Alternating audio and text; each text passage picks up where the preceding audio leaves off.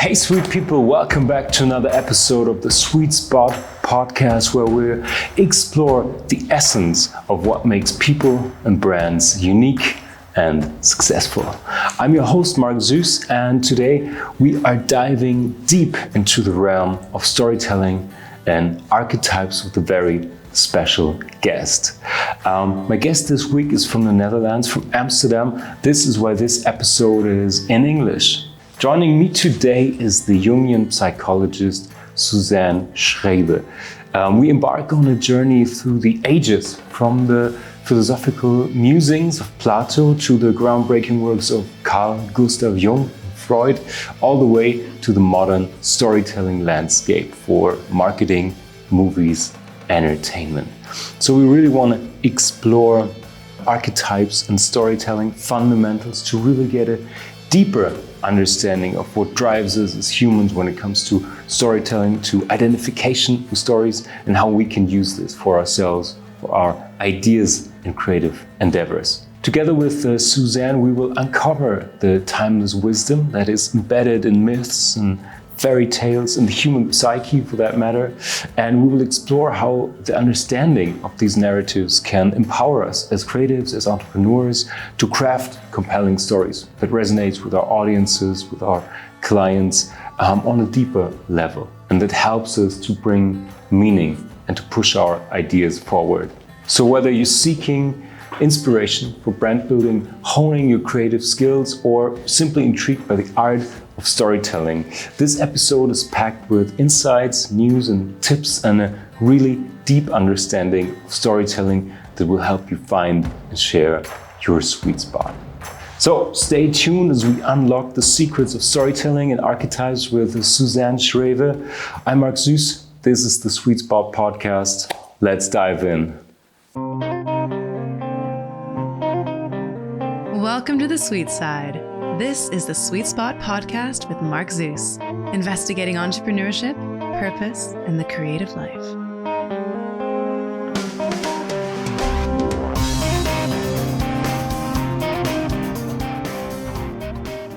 Suzanne, welcome to the podcast. So nice to have you.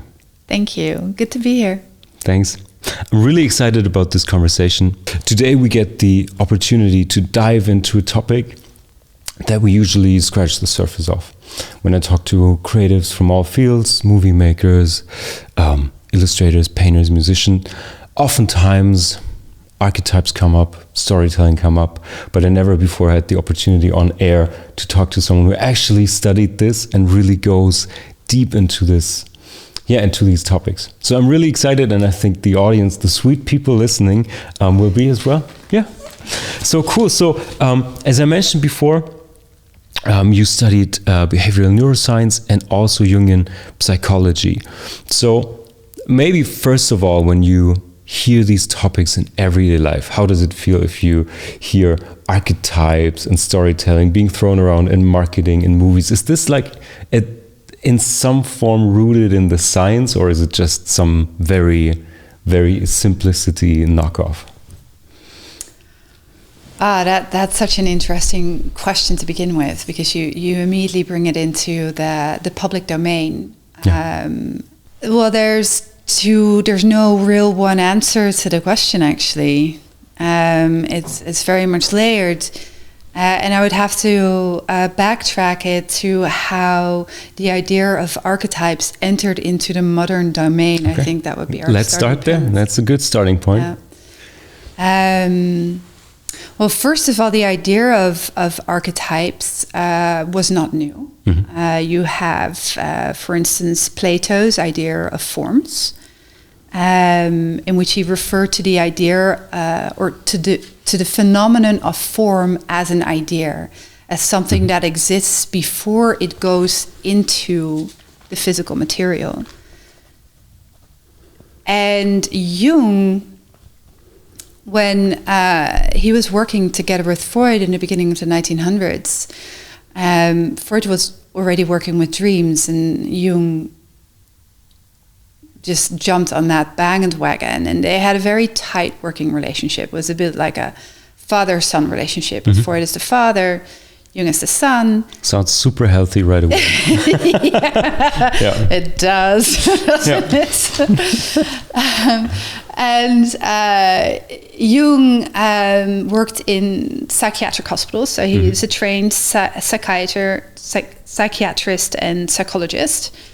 And as he was watching the dreams of the patients that he had, which were mostly schizophrenic patients, what he saw was that there were collective elements coming back and recurring across the patients. So similar motives, similar symbols, and at the same time, he also saw them reflected in mythology and stories. So he came to the idea of archetypes. Well, this is one of the ways he came to the idea of archetypes as something that is very much at the core of the human psyche, that is not necessarily conscious, but it spans across time and space, and it will have similar symbols, it will have certain attributes, it will have certain qualities. And that is what sort of kickstarted this. Now there's another important element to this, is when he had a dream that showed him the structure of the psyche. And in this dream, he begins in a house, and at the top of the house is not his house, but it feels like his house. And it's in the period of time when he is alive. And then he descends one step lower, and he goes into a more ancient room with more ancient furniture.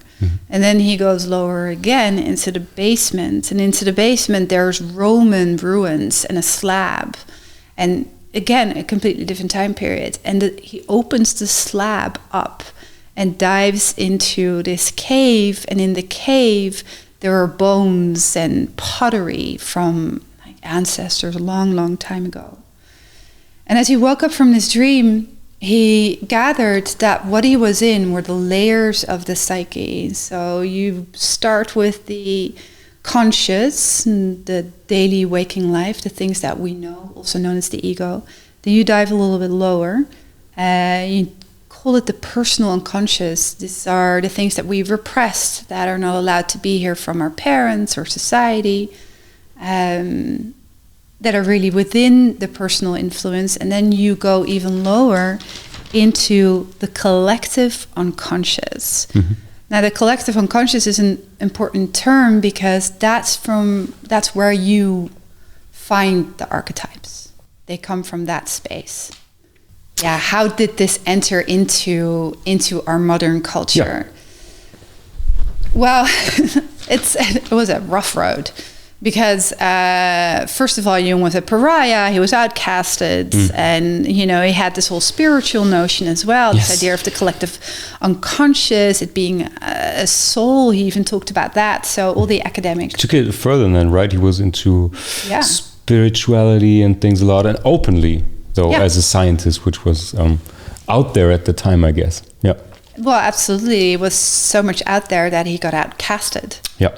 Yeah. And there's a break with Freud there as well, very important. And he then goes into this 9-month madness, which you could almost call divine madness, because out of that comes the Red Book. And the Red Book holds all the imagery that will later become the blueprint for the development of Jungian psychology.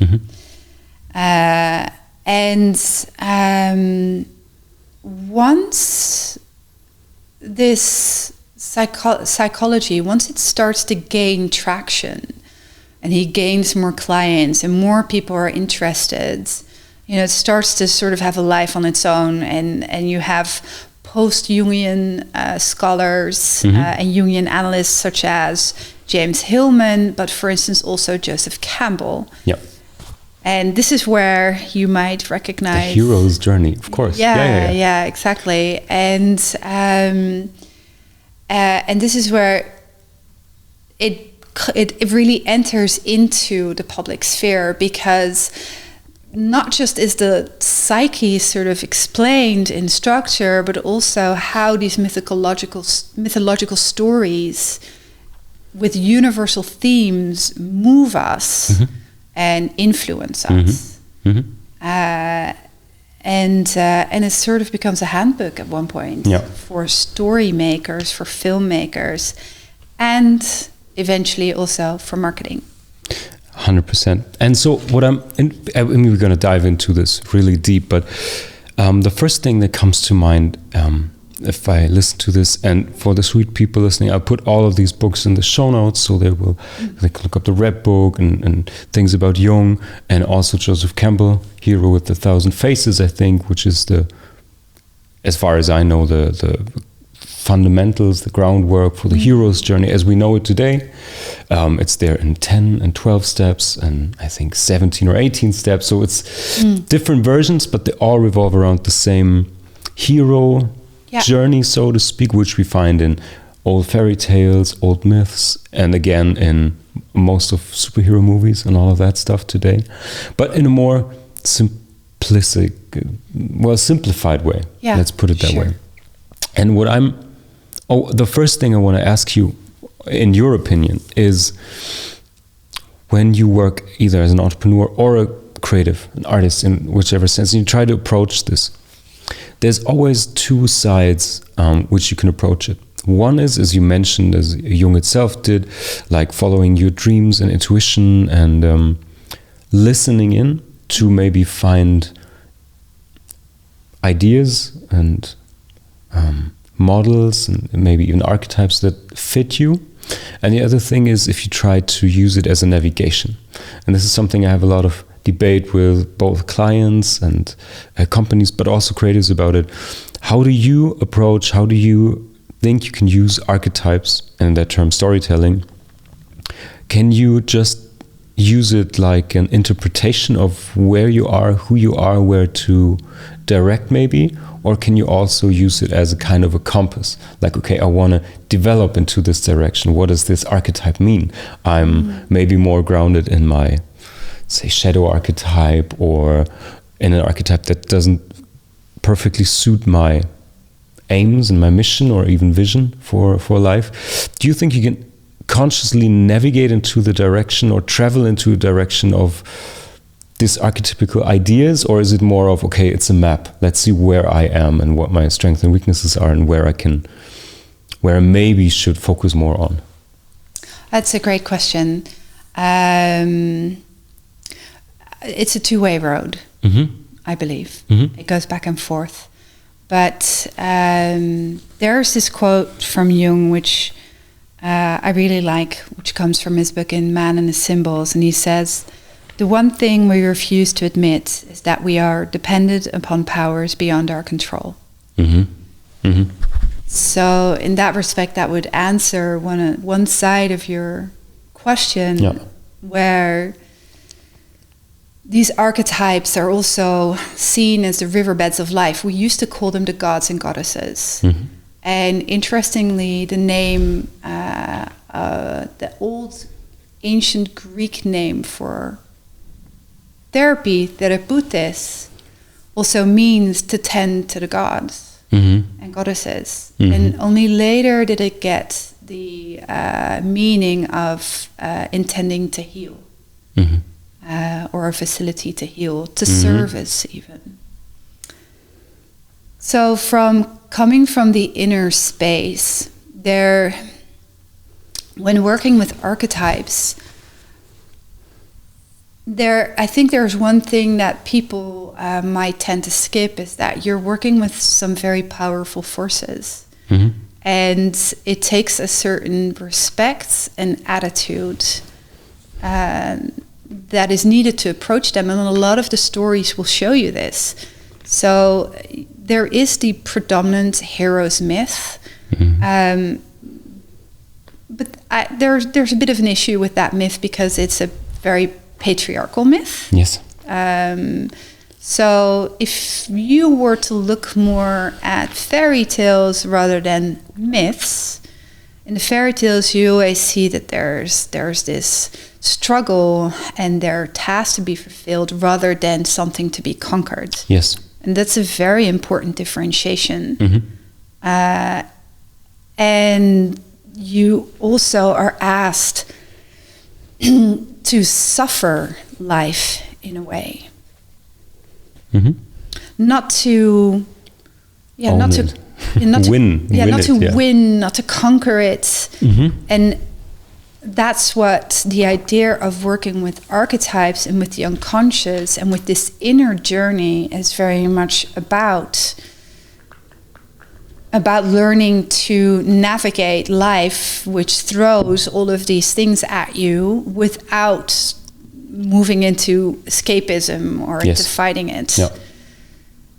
But at the same time, you need a very good, settled ego to navigate this path. And ego has gotten a little bit of a bad rep in recent history. Yeah, 100%. Ego is a bad thing, but because it's often associated with selfishness. But ego actually just means, in Jungian terms, it means being conscious, being able to make decisions, and also being able to listen to the unconscious. So the more that you work with archetypes and the more that you pull out from the depths, that would be your conscious intention to navigate this path and to try and find your way.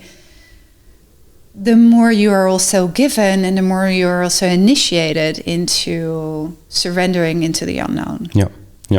That's a good quote. Surrendering into the unknown. Suzanne, maybe before we dive into fairy tales and myths and a maybe modernized idea on archetypes, for all listeners who maybe heard of it but didn't dive into it really deeply, how have you experienced coming across the archetypes for the first time? It's maybe long ago, but how did you experience this? And was there immediate resonance with, I feel drawn to a certain archetype? Or have you made the experience that you really need someone with a lot of experience, knowledge to guide you towards your archetype? And second half of that question is, what impact did it have knowing which archetype maybe resonates with you? That's again a really good question. First of all, archetypes do not necessarily have to be individuals. They can be trees, they can be animals, they can be elements. You know, that if you go into the core of an archetype, you'll actually end up with the elements of nature. And for me, that probably, it would have been Gaia, if I think about it now. I've never thought about the question. The one thing I definitely had in my life, I mean, the first archetype you encounter is your mother and your father, but the ones that stood out for me, on the outside, I'll make a distinction between the outside and the inside. The outside was nature, because I grew up on a farm, and it was my absolute place of consolation, of joy, of the miraculous, of wonder, and that would be Gaia, absolutely, like holding me. And the other archetype is that I grew up with my grandmother. So there's this ancient bond that happens that you actually see much more in fairy tales, which is the maiden and the crone, and how they bond. And the crone, like a vrouwholle or perchta, she guides the maiden into adulthood. So I had that. Yeah. And I have really treasured and carried that for a long time, because it also deepened my connection with Gaia itself, because my grandmother was also, she was like a Zen Buddhist. She could look at at images of nature for hours and get lost in it. And she would take me on that journey. And then on the inside, I had this absolute crazy longing for a soulmate, as long as I can remember. Maybe this was fed by all the Disney stories, very possible. But it was really strong. But interestingly, the moment that I got into Jungian psychology and I found out about what the journey actually of individuation leads to, individuation being the development of the self or the coming into the self, into soul, as a wholesome personality, is the conjunctio, the sacred marriage between the masculine and the feminine within, the union of the opposites. And that suddenly all made sense to me. Yeah. I was like, okay, so what I'm longing for on the outside is absolutely within. Yeah. So yeah. Well, that's thank you for sharing, because that's I think a deep insight. But again, today, if you talk about, you are very aware of the archetype of your grandmother and Gaia, but growing up, you weren't aware that these are archetypes and what impact they might have. So for everyone listening who was maybe aware of archetypes, but I'm really interested in the moment that you became aware of this, and how did it change you, or how did it affect you actually, in the sense of, okay, now I know this, now, oh, I get it, it's a grandma archetype, it's nature, it's Gaia. Did this help you, challenge you? Was it something like, okay, now the pieces fall into place? How did you work with that? I think my moment was slightly different, but I can tell you a very definite moment. And I had already been introduced by archetypes, for a while, but I wasn't really consciously working with it. It was really only until I read a paper in class that was homework that explained to me that the archetypes are the riverbeds of life, and that changed me. And suddenly everything made sense. That there is this power, this force that is bigger than me, that steers things, and that I am not always in control of that. And that was an aha moment, absolutely.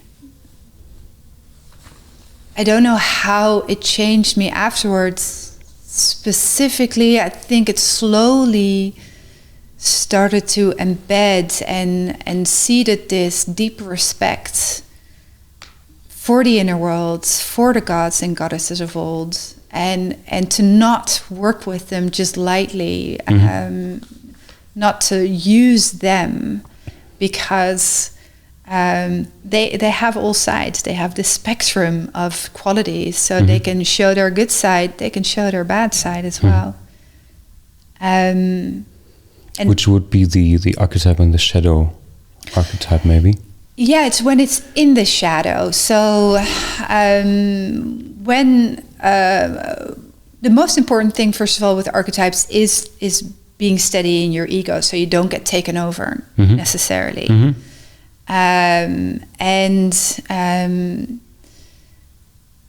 The shadow is usually referred to something that is within the personal unconscious, and not in the collective unconscious. So that's a little bit closer to you, and you work through that.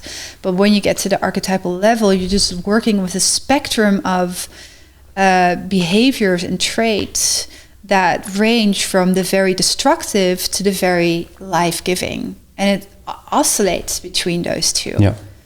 And it's about being able to recognize when that comes up and either giving into it or not. That's how we work with them. And in this reciprocal relationship, they evolve as well. They get to move. They get to change. Yeah. And I think that's one of the most exciting and cool things. Yeah. Okay. So I know that you have your own idea, which I find very intriguing, about archetypes and how they maybe develop. But before we go into this, because you mentioned fairy tales before, and coming from Germany, growing up with all the Grimm's, brother Grimm, fairy tales and stuff, now knowing they just collected them, most of them, and they also changed it to the zeitgeist, to the societal rules that took place, to Christianity and all of that. So a lot of these Grimm fairy tales are not their original forms. And going back, at least that's the part of my understanding and recent discoveries I can share, and then I want to hear your thoughts on it. But reaching back in time to where these myths come from, without the Christian archetypes or the trimming and slimming down of the fairy tales to suit a new value system, fit into the Christian canon, so to speak. And then going back to myths. And I think it's super interesting if you look at these ancient, maybe original old fairy tales, and also into mythology from other countries, like Northern mythology, which is very close to Northern Germany. So I hear that, I get that a lot, which, like these old Nordic gods or fairy tales and myths, they don't have any kind of morality to them, which I found very intriguing, very interesting. Gods, they drink, they fuck around, they kill, there's no sense of right or wrong or this one big justice that says, oh, you can and can't do this. It's more, it's very, very different towards what we see today. And some ancient myths also served the more tribal everyday life, maybe. There was, for example, this one myth when a man went away into the war and a woman got pregnant. While her husband was away, it was considered an honor because there was some kind of, I forgot his name, but there was one god of fertility and new life and everything, and he visited her. So it was an honor to have this child, that extramarital child, so to speak. So I think that was a fantastic way of building a myth around something that occurred in their everyday life, to bring peace, to honor life and stuff like that. So yeah, that's my 2 cents. And now I'm really interested in where you stand on which myths or fairy tales do you consider most helpful or more insightful when it comes to psychology and archetypes. What do you look at? Which fairy tales do you read or research? Well, first of all, I want to respond. I'd like to respond to this immorality, and I also like that a lot. And one of the things that I enjoy about mythology, that yes, there's a psychological element to it, but also there's another element to it. So storytelling has been used as a way to store information very accurately. Yes.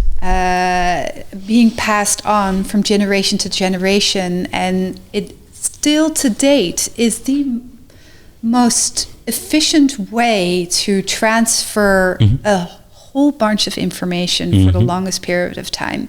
Yeah. And the information is about, not just about our place in the universe, but it's also about what to do when a snake comes, or what to do when there's a storm brewing. It has information about how we are with animals, or how we're supposed to live in harmony or in symphony with our more than human kin.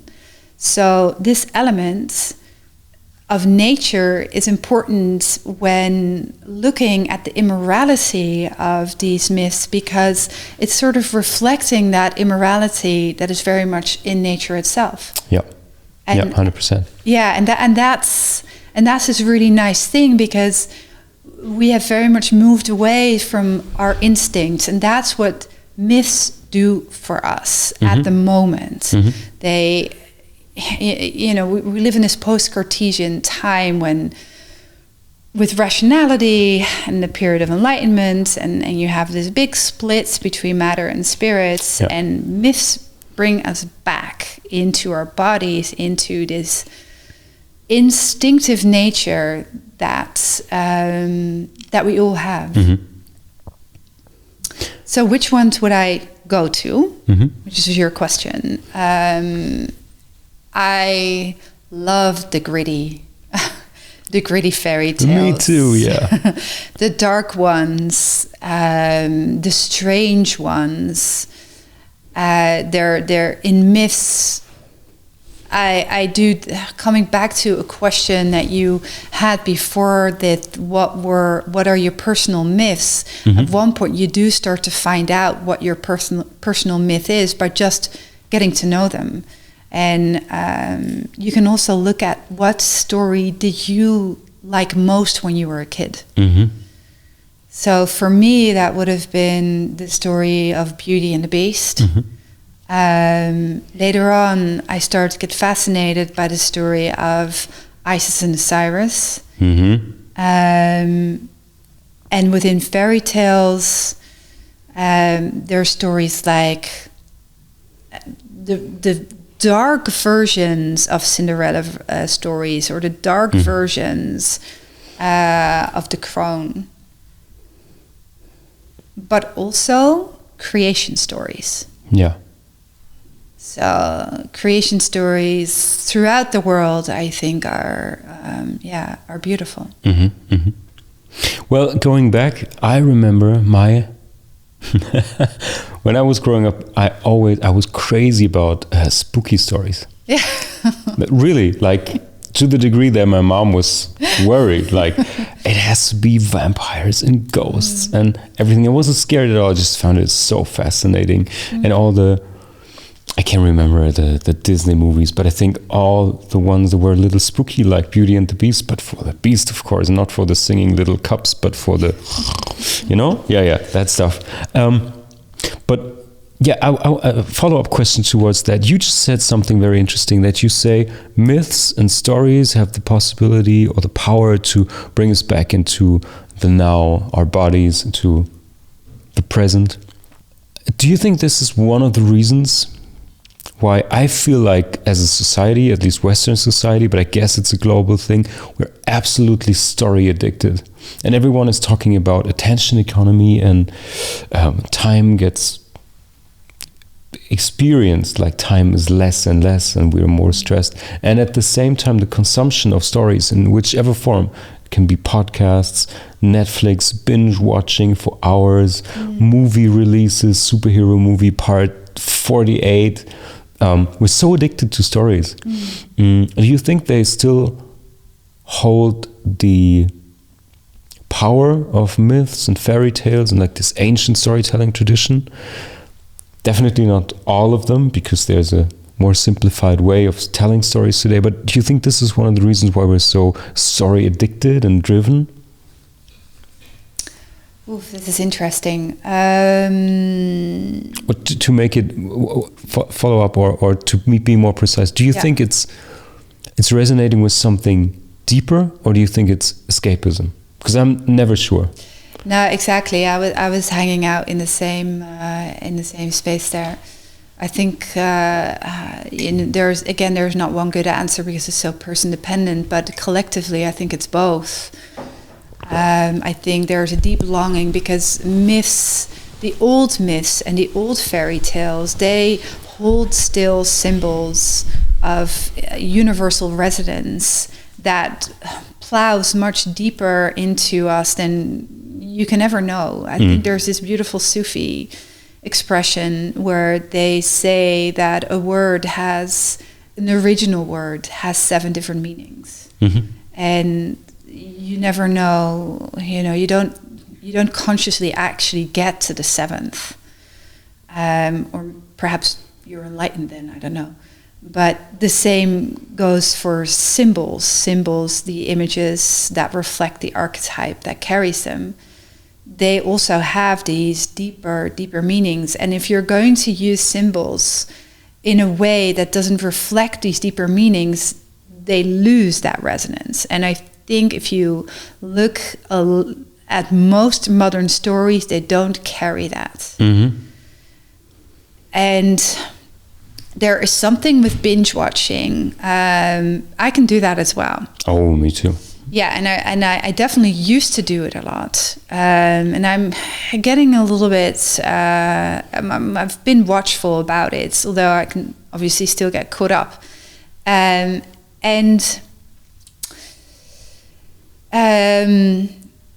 with that, what happens for me, and I don't know if this resonates for you or for those who listen, but it sort of fills my capacity to imagine by myself. And the whole purpose of mythology is to bring you into the world of imagination, the imaginary, which is also a spiritual realm.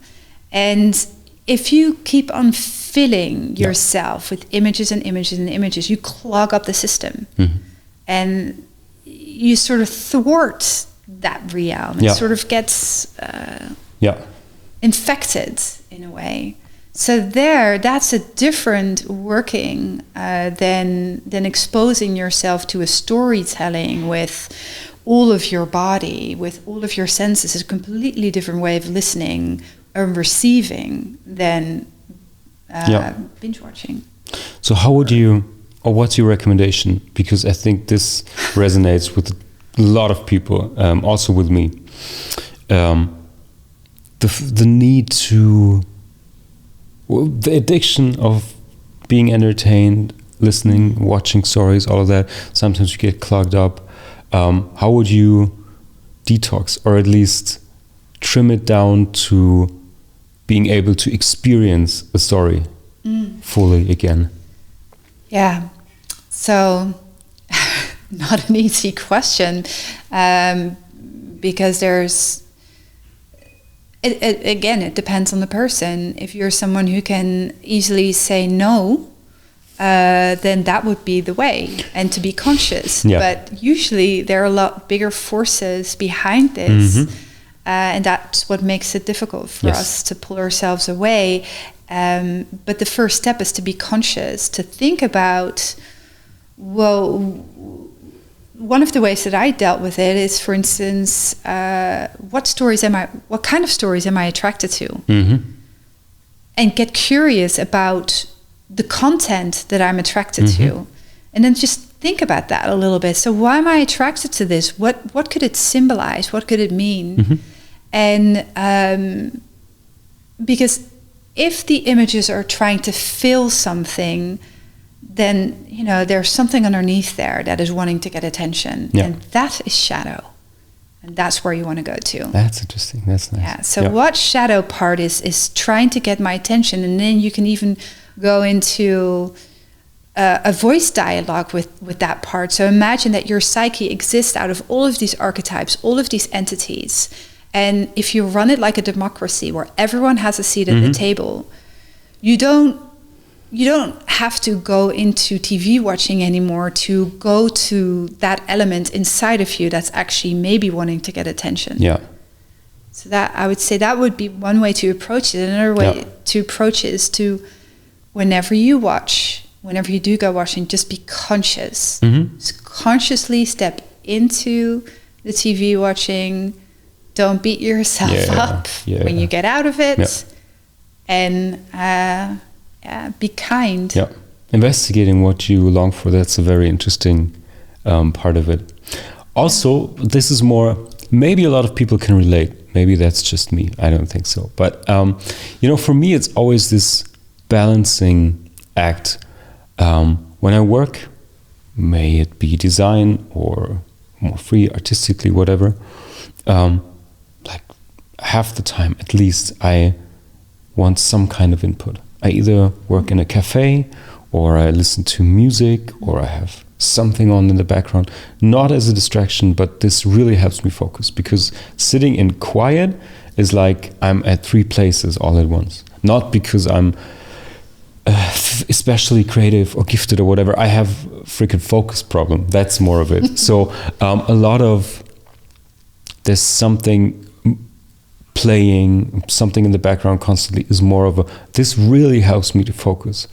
If you have to fight a little fight of attention on the side, this is really helpful to go into something. Is that something you consider looking into, or is this just a way of working and practicing attention? Well, I actually have the same thing. I love being in cafes, because the more noise around me, the more I get into this bubble of concentration. And I don't know if it fits into the conversation of archetypes. That's possible.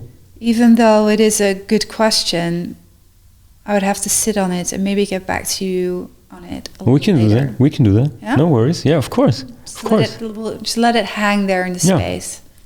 So something else that I think some listeners might have stumbled over this, because if you look at archetypes like in the classical original sense, if there's a set of original archetypes, so to speak, and then you mentioned different ones.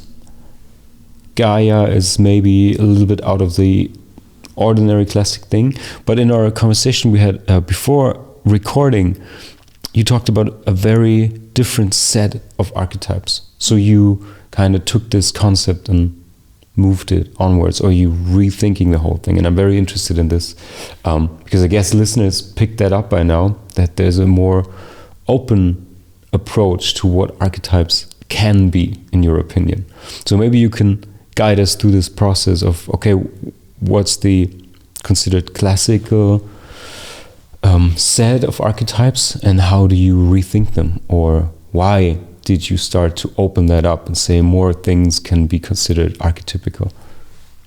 I think you're referring to, and just correct me if if I'm wrong. I think you're referring to the classical Jungian idea is that archetypes are set at their core, and then they can change. So they transform. They transform in relation with you.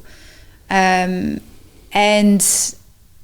what you see looking, at least what you see looking in Western society, is that archetypes started to sort of fragment into multiple facets.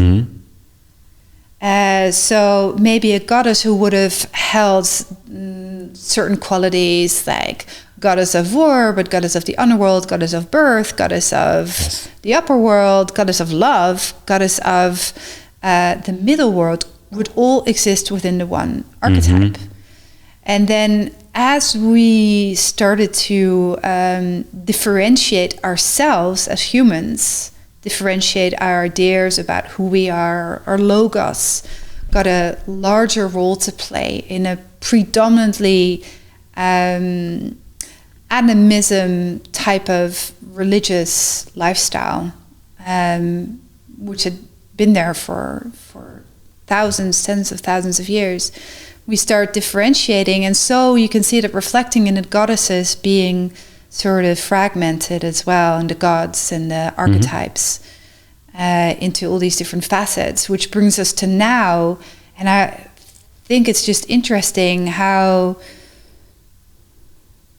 people in our society, I like this, they can easily sort of identify archetypes, identify little pockets of people that may be a little bit like this or be a little bit like that. We talked about this yesterday. Which ones did we call out? Well, there's, in my country, you have in the Netherlands, you have the puer, the adult man who looks very young and Peter Panish archetype. The Peter Panish archetype. Like a modernized or localized Peter Pan version. Yeah, and so there's much more fluidity. And I don't know necessarily if I'm different in this thinking than other people. Maybe I have to say at this point that I'm not as deep into archetypes as you are. So I always considered them to be like mostly the ones you meet on the hero's journey, right? Like the magician and the trickster and all of these, and then you have a mother archetype and all of that. But when we talk, you say, oh yeah, that's like Peter Pan is kind of an archetype, which is new. I mean, he belongs to some category, but it feels like you modernize them, or you take him out of the old mythological context and you place them in today's narrative, so to speak. And this is just something that came to my attention, and I wanted to ask about this. Yes. I'm definitely not new. I'm definitely not new in this, or this is not my spiel on things. So the puer comes from Jung himself, and the Jungian psychology, for instance. But yeah, what you do as a Jungian analyst or therapist is that you want to apply it to the modern day. You want to be able to recognize all these different forces at work and how they recollate themselves, or it's I just imagine it as this whirl, this stream of energy, or this whirl of an archetype that sort of constellates itself differently in this point in time. And it will reflect, while it will reflect the time, the spirit of the time, there will always be something at the core of it which will reflect the spirit of the depths. Yeah. And that is an important interaction between these archetypal manifestations and the time itself. Does that make sense? Absolutely. I'm trying to connect my follow-up question to this thought, because I mean, if I okay, let's stretch this out a little bit, because there's one common narrative with all the podcast interviews I had, at least for the people who I considered have received their calling, so to speak. They found meaning in what they do, like deep meaning. This can be an entrepreneur who started a company but gives everything, his whole set of values, what drives him, his own personal story, his belief systems into this company. Or of course you have creators and artists who express that in everything they do, basically. So, but one common idea with the people that are really involved into finding something that is meaningful to them is that they consider their whole life basically in a pretty much a story approach. So everything you look back at is your past, is the story you tell yourself, which is not a new idea, so to speak, but meeting people who really can execute this and really cultivate this has a big change and impact in their life.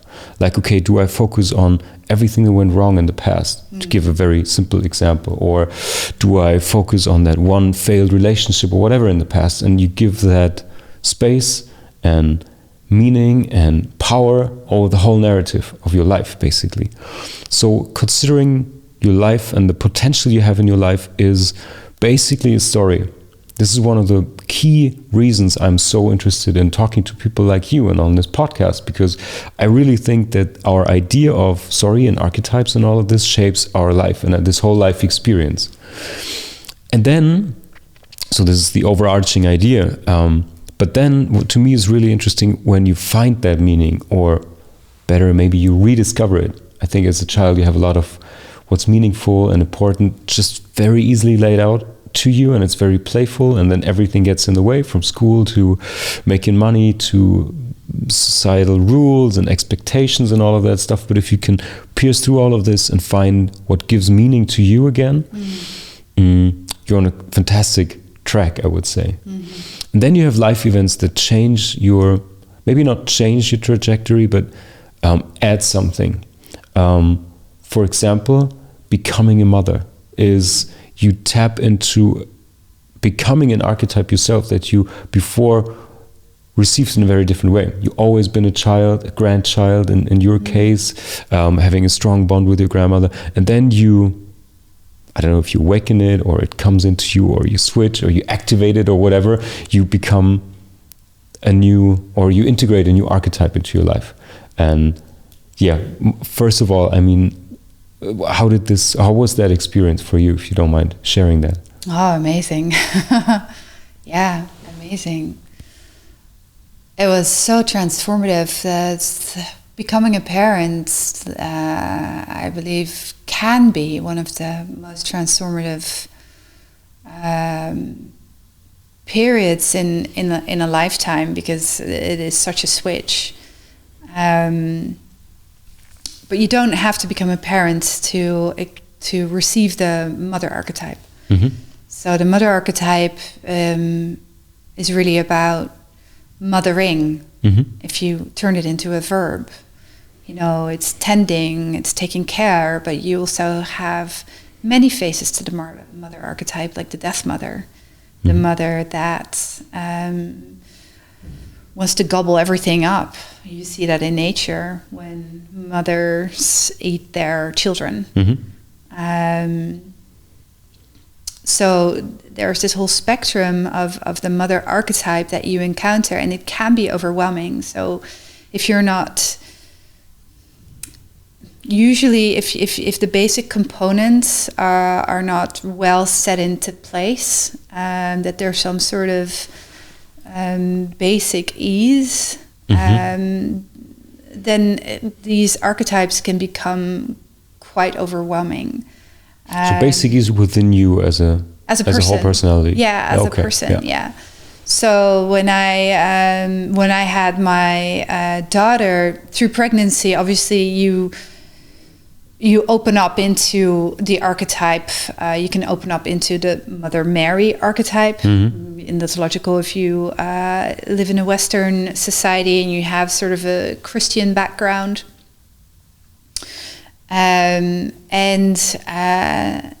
But you also have the other side.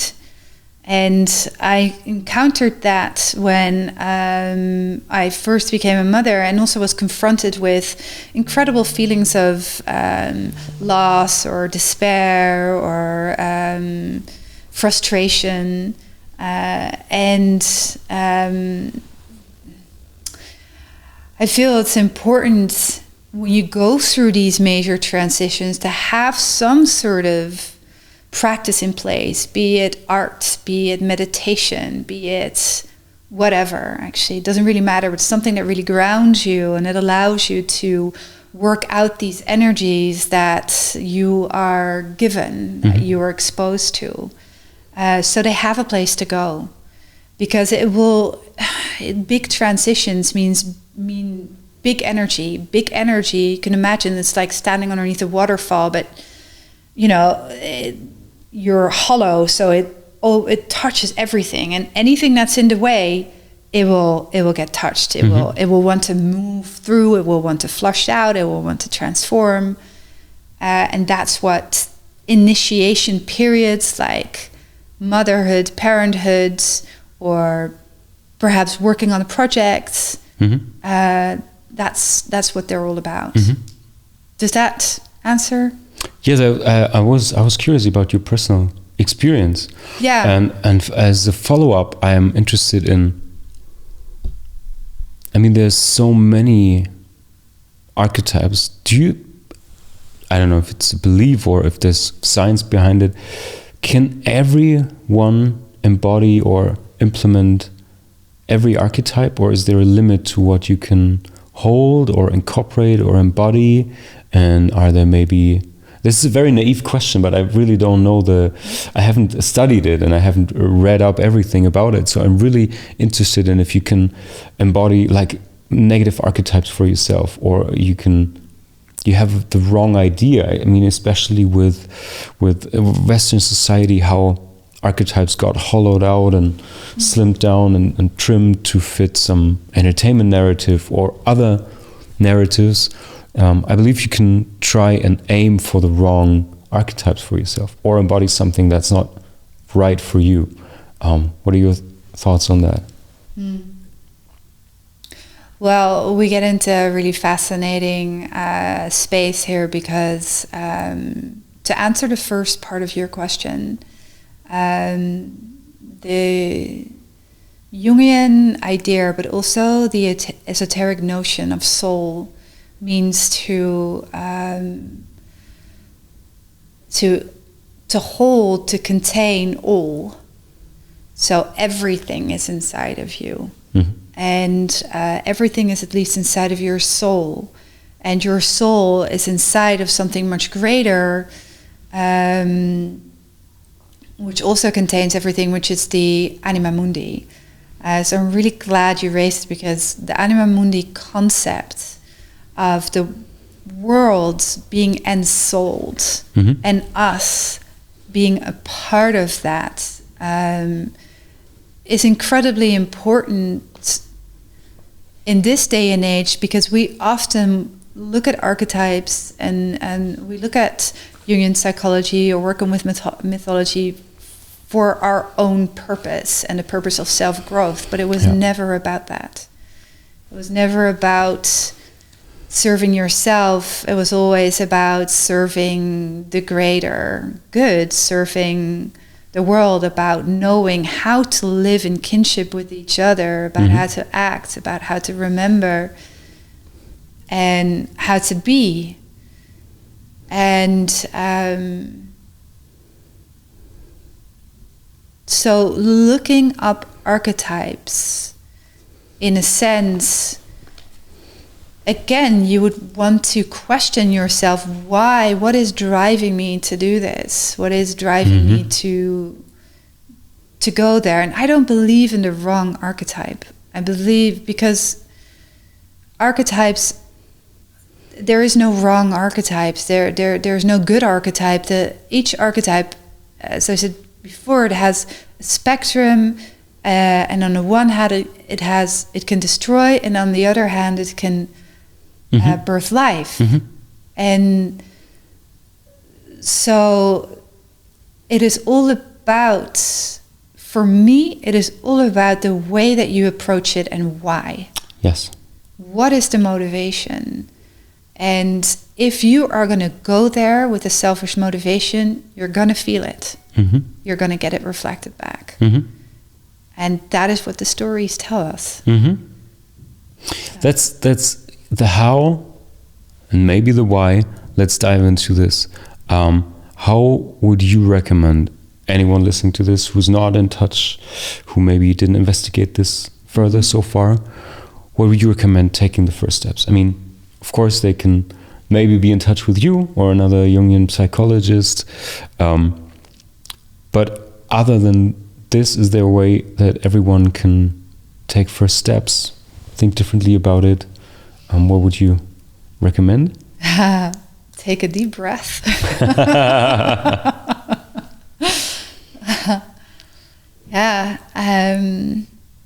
Understand or know somewhere that you're working with great forces, great beings, and feel into yourself what would be an honorable way to approach someone. Which way do you express respect? For instance, if you want to tell a story or you want to approach Kali, for instance, great fierce goddess, but also loving mother goddess, look at the cultures in which the tradition of honoring and being respectful is still intact. So look to the indigenous culture, look to India and learn from it, but you don't need to copy it. Find your own way of honoring something and just take your time. Don't rush. And take it step by step. What I do with clients, for instance, when we encounter our archetypes in dreams, is that you voice dialogue, you can draw, you can give shape to the archetype with clay, be creative, and keep in mind, that you are meeting someone for the first time, so you can't claim anything. It's given to you. Okay, that's very no, that's a nice approach. That's very different to step 1 to 7, but this is due to the depth, I think, of this topic, and it's really interesting, because what you said is really, I mean, it's worth every all the energy you put into it, and all worth every try. Because as you mentioned, you told the story about, I think it was Jung who dreamt about this house with this different floors and going deeper and understanding that these are maybe the archetypes and everything. And this within itself is such an archetypical image, because circling back to your life as a story and your role and your understanding of it being grounded, besides other things, in this understanding of psychology and archetypes. If you have this dream, or whatever happens to you, it could be a dream, could be things you experience, what you make of them is always your mindset is such an overused word these days, but where you are and what you aim for and what you find meaning in is what you're going to make of everything. And I love this, because if an architect would have had that dream, it's like, fantastic, I'm going to build a house like this, right? Yeah. Or if you're an archaeology buff, you might say, oh wow, yeah, I have to go deeper, I can layer a museum like this, or whichever one it is, where you look for and where you find meaning in is what you make of everything, be it dreams, people you meet, things that happen to you. So again, I'm just trying to make a pitch for the sweet people listening to really take the time and investigate this, because I think this will impact every part of your life, especially if you're on to a creative journey, or a journey where you say, okay, I take things in my own hands, I want to build something, create something, change something. It's even more, or it's very worth your while to investigate things like this. Yeah, and to just respond to that, what came to mind for me is that especially artists, creative people, but also entrepreneurs, once you create or develop a certain skill sets are also part of archetypes, and the archetypes, they will come once you have a certain skill set that you embody, then they can come and use that through you. There are times I remember when but I had it with sports, when I played hockey, that I had a certain skill set, and that I remember being there but not really being there. Don't know, yeah, of course, So, and that is, I think that is the magic. That's of being in the flow, where things can just go from one world into the other, and and back up again, and or back in again. And then the other thing that I felt was important to add to this is that the real nitty-gritty things of daily life are so important when you start working with the archetypes as well, because you need to stay grounded. So the very simple things of doing your dishes, keeping your house clean, that mundane part really anchors you. And important when if you start to consciously work with archetypes and you get more into that psychic realm, then it needs to be balanced. Maybe one more question that I have concerning this is, when we talked before about it, we had this great question coming up. How have you experienced archetypes manifesting in people? And I mean, we talked about how it changes people, how you can look into it, how you find it for yourself. But what's your experience in manifestation in people? It can be in the most luminous way, and it can be in the most horrific way. So I can see when someone gets really angry, that the anger becomes them. And usually when something becomes you, then it's an archetype coming through, and then you're being asked to investigate this and to work on something. So that's one way, and that's a very that can be a more extreme way when it goes into those kind of emotions and violence. And another way, a very simple way, would be my daughter really embodying the illuminated child archetype. When I see her darting through the fields and just being amazed by everything that she sees, being fully engulfed in that, or immersed in that miraculous world.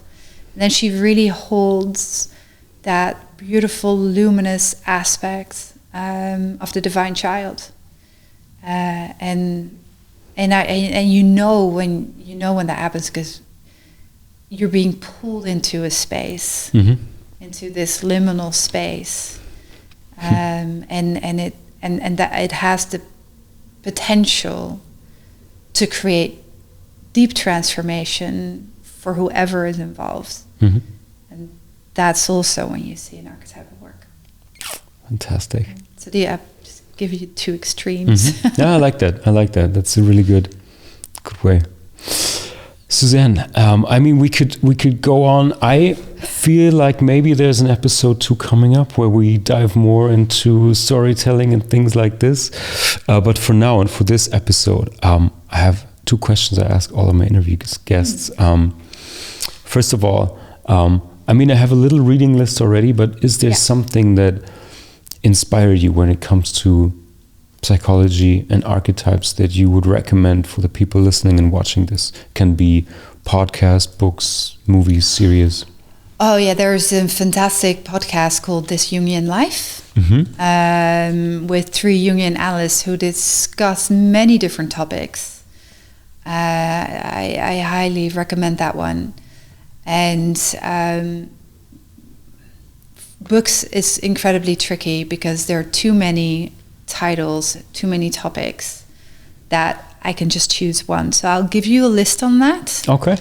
I'll share in the show notes. Yeah, share in the notes. And Google on YouTube interviews with Carl Jung. Ah, yeah. And you get to hear the man speak himself. And I just, that also. Perfect. Oh, that's good. Fantastic. So my final question, of course, always, what's new in your professional life? What can we look forward to? Is there, I mean, you're here in Hamburg. This is why we talk. You do an event with us tonight. Yes. You're at the Mothership Gallery. You're going to read from fairytales, give it a little perspective. Do you have other things coming up, something we can look forward to? Or very simply, how can people who are interested in talking to you, working with you, how can they be in touch? Thank you. Good question. Yeah, so the story we're going to do is part of a series called the Ancient Wisdom series. And we'll be doing more of that, both here in person, which I'm really excited about, and online. So keep tuned into that. It's a fantastic blend of storytelling and art, and in total immersion into the mythical world, fairy tale world, coming from both a Jungian psychological perspective and really working with the symbols through art. And my partner in crime is Lottie House, and she's absolutely brilliant. So I highly recommend. I recommend her, especially also for her art workshops that she does here. Then you can get in contact with me for therapy. I do things online, but I think I want to finish off with something that is much more general, and that is the emerging stories and emerging symbols. If you're really, if you're into archetypes, if you're into symbols, then keep an eye out for whatever is emerging. And a little hint is looking for everything that repeats itself, but looking also for the intermingling, entangling images that you see not just in culture but also in nature, and new narratives, narratives that are showing that besides all the things going on in our world, there is something new also being born. We'll keep an eye out for that. Suzanne, thank you so much for sharing your time and wisdom with us. I think this episode got a lot of people really reevaluating their consumption behavior when it comes to entertainment, to stories, the way they look at stories, and especially the effect or the underlying ideas behind this, to challenge their own archetypes and thinking and role in life. So thanks a lot, and maybe we can do it like this. You're not going to be here for this, but if people have questions, we can do a little survey thing if you want. Sure. So if people listen to this and they have questions about it, you can comment the questions. Either you can write them via email on sweetspot.studio, or if you listen to this, for example, on YouTube or something, you just put it in the comment section. Give it the hashtag question for Suzanne. That's Suzanne with a Z, as you can read in the title. And I'm going to pick some of them, and maybe we can do a little follow-up Q&A about those questions. What do you think? Yeah, no, it sounds good. And thanks so much for having me. It's Always. I love talking to you, and love your questions, and thank you. Love the topic. Thank you so much. Then we'll be back on this channel. Bye. Bye-bye. Whew, sweet people, that concludes another episode of the Sweetspot Podcast. We journeyed through the depth of storytelling and archetypes with Suzanne Schreve, uncovering the nuances between light and dark archetypes, gaining a deeper understanding of the profound impact on our lives and potentially on our brand communication. What was very interesting to me is that I think we covered the hero's journey and the shadow self, and we explored how embracing both the light and the dark aspect of our narrative can lead to a richer, more authentic storytelling. Remember, it's in acknowledging our shadows that we find the light to guide us forward. Along those lines is, I think, my takeaway from what Suzanne said. I hope you enjoyed today's conversation, and if you want to continue exploring the world of creativity, entrepreneurship, and storytelling, please subscribe to the Sweetspot Podcast on your favorite platform. Don't miss out on future episodes filled with inspiration, tips on storytelling, brand building, and design, and how to help you find your sweet spot. If you like what you heard, share this episode with your friends or fellow creatives. Join the conversation on social media using the hashtag Sweetspot Podcast. As always, thanks for tuning in.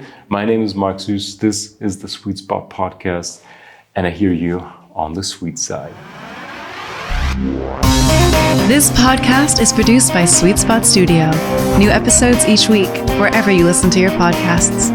If you enjoyed the show, leave a rating and subscribe to never miss an episode. Find out more at sweetspot-studio.com.